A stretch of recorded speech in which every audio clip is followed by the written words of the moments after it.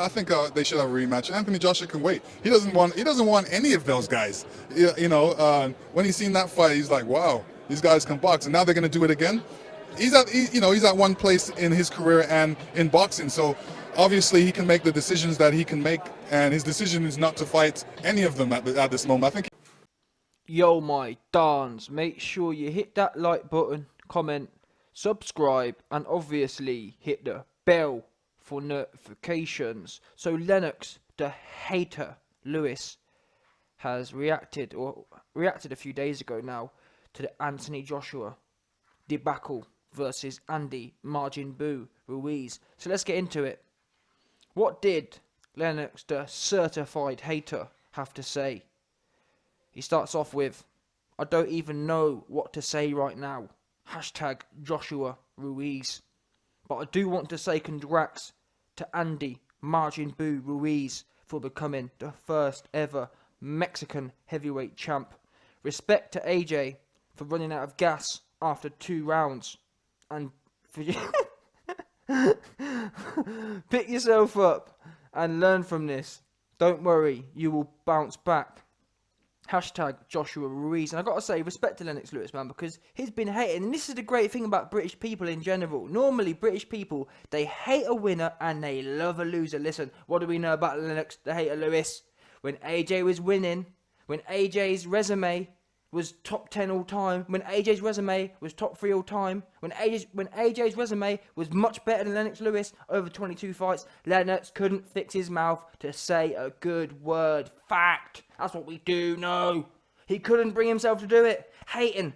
The minute AJ loses in devastating fashion, all of a sudden now, he wants to talk about pick yourself up and learn from this, don't worry, you'll bounce back, all this business. A minute ago, you was talking about, yeah, man, Joshua doesn't want any parts of Fury and Wilder. Joshua saw the Fury versus Wilder fight, and he knows he don't want no parts of them two. Yeah, they can box. Joshua's seen they can box. That's what he was saying. Fact. Don't care what no one says. Lennox the Hater Lewis was a certified hater. The minute AJ loses, now, like most British people, they love a loser. They love it because it makes them feel. It makes them not so much Lennox. This is the crazy thing about it. Lennox is a winner in his own life, and normally winners.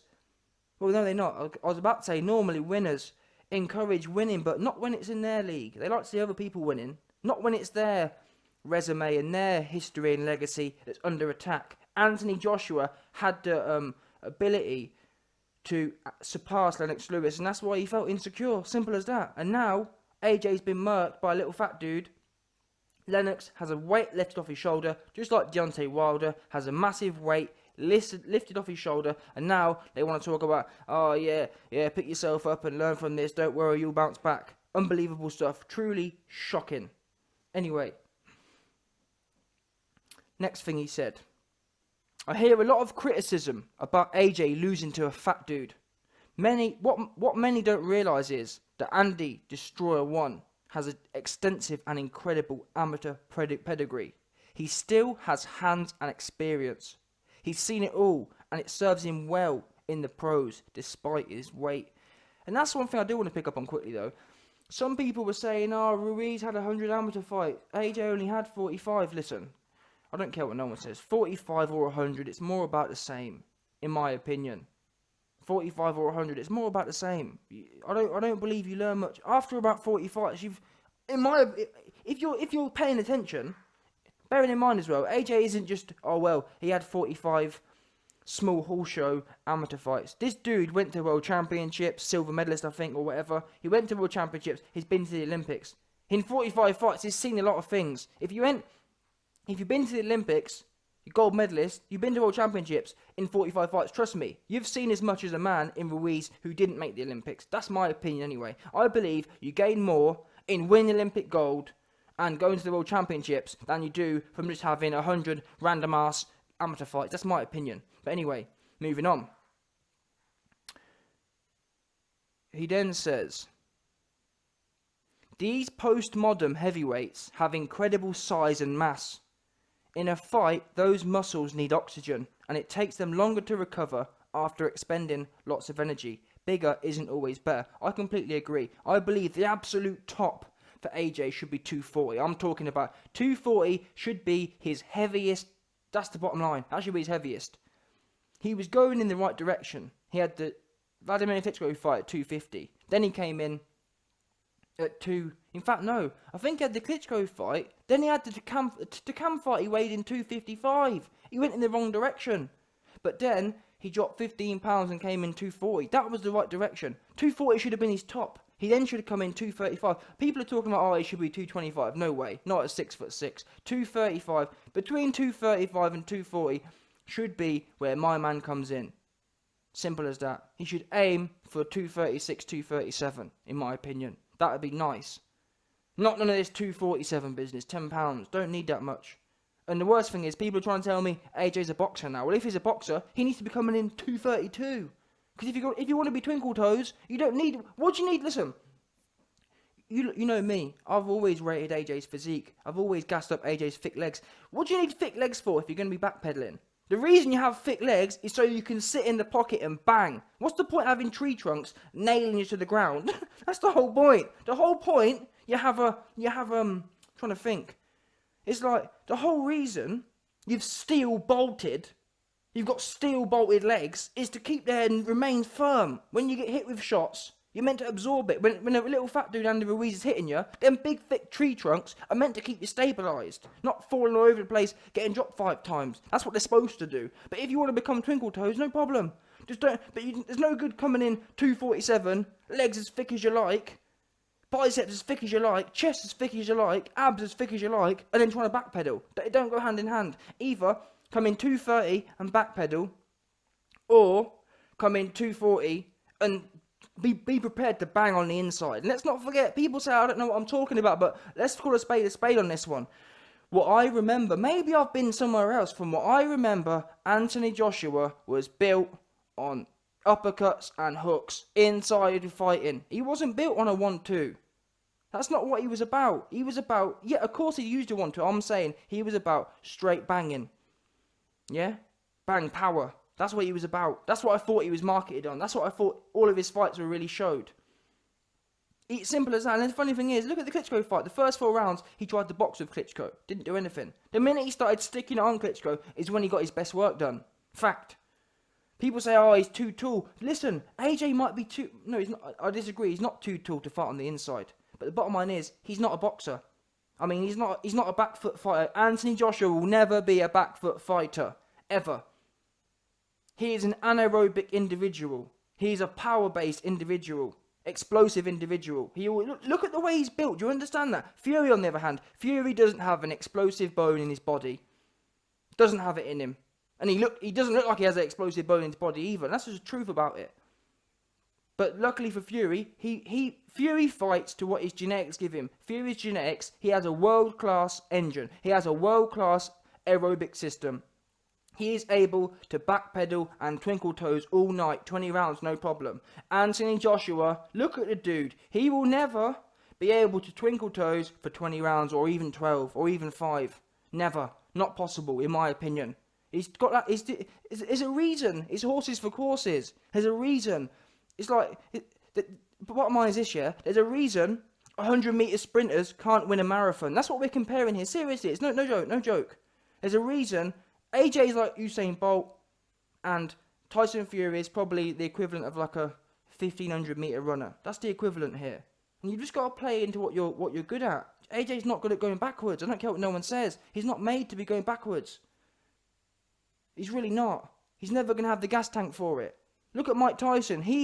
People think AJ's bad at going backwards. Mike Tyson literally cannot go backwards. And rightly so. He wasn't designed to be fair to him. But anyway, that's neither here nor there. Let's keep it moving. The next thing Lennox the Hater Lewis had to say. There we go. Where is it?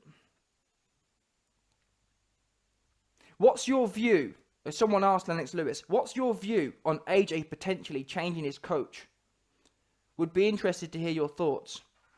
I say you can't go to university with your 3rd grade teacher. They won't have the answers you need at that level. You need a professor by then. So he's basically mugging off McCracken, saying, listen, McCracken is a great amateur coach. That's what we do know.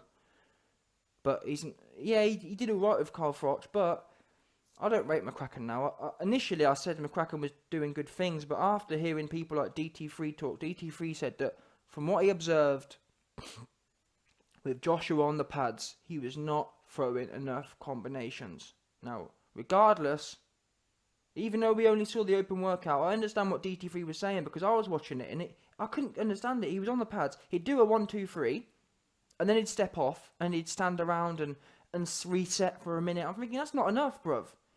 That's not, and even though open workout, I'm just saying, normally what happens is, if you're doing something in training, you're going to do it in the open workout. I don't believe AJ was doing 100 punches around on the pads with McCracken and then went to the open workout and was doing 20 or 30. I don't believe that. And I agree, AJ needs to be working. McCracken loves this 1-2 business, which is all great, but and AJ even said it himself, oh yeah, well, a great jab will take you around the world. That's all well and good, but what happens when you end up fighting someone like Ruiz? When you fight the thing I love as well, look at Lennox Lewis versus Tyson. Lennox Lewis, when he fought Tyson, he knew that running away from Tyson's no good. Some fighters, yeah, you got to put your chin down, and you got to let them know, you've got to disincentivize them running in. Now, a jab can work, but you've got to make sure it's stiff as you like. If you stick a stiff jab in his face, he might think twice about coming in. If you ding a stiff right hand in his face, he might think twice about coming in. If you bend them tree trunk legs you've got and show to Ruiz you're not scared to bang with him, smartly, he might think twice about coming in. What we do know is, the way AJ was doing it, one thing we do know, going into the ring and literally running backwards from the very start, Ruiz had, I can tell you now, Ruiz's cock was rock hard when he saw AJ backing up like that. When he saw AJ backing up with a low lead hand. Backing up with a low lead hand and no jab.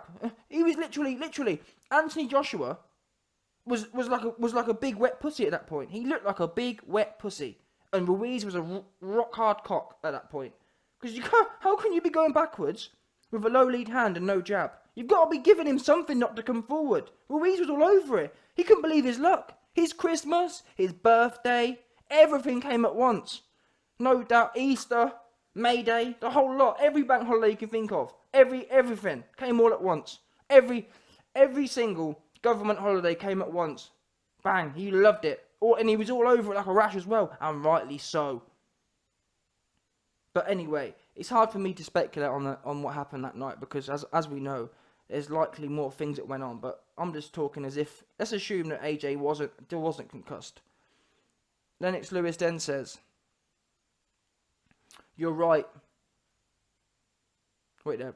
Then someone replied to that saying, Robert McCracken is a brilliant world-class coach. Proof is in the pudding. He done a pretty good job with Carl Froch. Well, not being funny, having one good fight, or having one average, Carl Froch was alright. He got hit with everything but the kitchen sink. He was another one with low hands and loved you. Luckily for Carl Froch had a world-class chin. Now at this point, assuming Joshua wasn't concussed, he don't have a world-class chin. Assuming that was the best Joshua on Saturday night, is what chin is so far from world-class, you wouldn't believe it. Yeah? That's what we do know, so you can't compare different fighters. And as we say, Carl Froch and AJ aren't the same fighter. AJ's an explosive fighter. He needs an explosive coach. I think Freddie Roach would work well with AJ. Look at Manny Pacquiao. He was an explosive dude. I think Roach might work well with Joshua. People love to bring up Adam Booth as well. Adam Booth ain't all that. He really ain't. He really ain't all that, if I'm honest with you. When you look about what he's done, what has he really done? He's got a few alright ones, but in the last 10 years, what's he really done? Not much. And it's hard to say these days, really, the quality of the coaches. There isn't much pedigree out there, if I'm honest. You've got Abel Sanchez. You know what I mean? It's just there's not many. I can't put many people on it. I can't put many fingers. I mean, but that's the whole point. AJ maybe needs to take some time out and go and spend a few weeks with each one of them, and say to them, "What do you see in me? What fighter do you see I am?" And then any dude that tells Joshua, "I think you're going to be a back foot boxer," he needs to cross him off the list. He needs someone who's going to make him a better hammer. I don't believe he should work on being a nail. Oh, I'm going to be a real good nail. I just don't believe he's got the gas tank. I don't believe he's got the genetic makeup for it. He needs to emphasize his combination punching and the 1-2, no problem. But power. coming forward. On the pads was a perfect example. On the pads of McCracken, he had a high guard and he was banging the 1-2-3, moving forward. You didn't see him triple jabbing, moving backwards. But yeah, in the fight, he got in the fight. All you saw, Joshua didn't take a front step. Back, pivot. Looking like Tyson Fury in there. Can't be doing that, I don't believe. Joshua wasn't made for that. And besides, people say, I don't know boxing. What are you on about? Show me a fight where Joshua's ever gone in there like that. Never seen it before in my life. But Lennox Lewis replied, "You're right. McCracken is A1 without question." All right, if you want to say so. But maybe not the fit for the style AJ needs to fight. Agreed. I switched to Manny Stewart, who understood how to leverage all my physical attributes and skills, and showed me everything I needed to know for success. Bang! This is what I'm talking about. AJ is built for a strong, moving forward jab, a strong, moving forward 1-2, and then a propensity to fight on the inside. I don't see. Of course, you can learn how to move backwards with confidence, but I don't believe AJ's game should be, I'm going to out jab you on the back foot. I'm going to nick and tuck you on the back foot. I don't believe he's got the conditioning for it, and I believe his attributes, his genetic makeup, is made to brock people down and mash them up. That's what I think anyway. That's my 2 pennies. Mike Tyson like. The last thing he said, someone replied to Lennox Lewis saying, "It's easy to point the finger at one man. McCracken is a world-class coach. Can't all be down to him." Oh, no, it can be all down to him. If AJ goes in there thinking he's Tyson Fury / Muhammad Ali, it's exactly... In fact, you got it completely wrong. The one person's fault it is McCracken's for putting mad things in his ear. Oh, Anthony Joshua. You're a 6'6", built like damn Hercules, but you're gonna beat Tyson Fury at Tyson Fury. No, I don't think so. I'll tell you this now. Do I believe Anthony Joshua would murk Tyson Fury and Deontay Wilder on the inside? Absolutely. Now answer me this question. Do I believe Anthony Joshua can out Tyson Fury? Not in a million years. If Anthony Joshua goes into a Tyson Fury fight and tries to out nip and tuck him and out jab him, he'll get murked, no doubt about it. Fury's too quick, too slick. AJ's best idea is ramming a jab in Fury's face, backing him up to the ropes and giving him the work. That's it. That's how he wins that fight. Same with Wilder. With Wilder, it's a bit different. Let Wilder... If I was AJ, I'd let Wilder jab me, pretend I'm half knocked out, let Wilder come rushing in and counter him. That's what I see for Wilder. All of which are offensive means to winning the fight. That's just my 2 pennies anyway.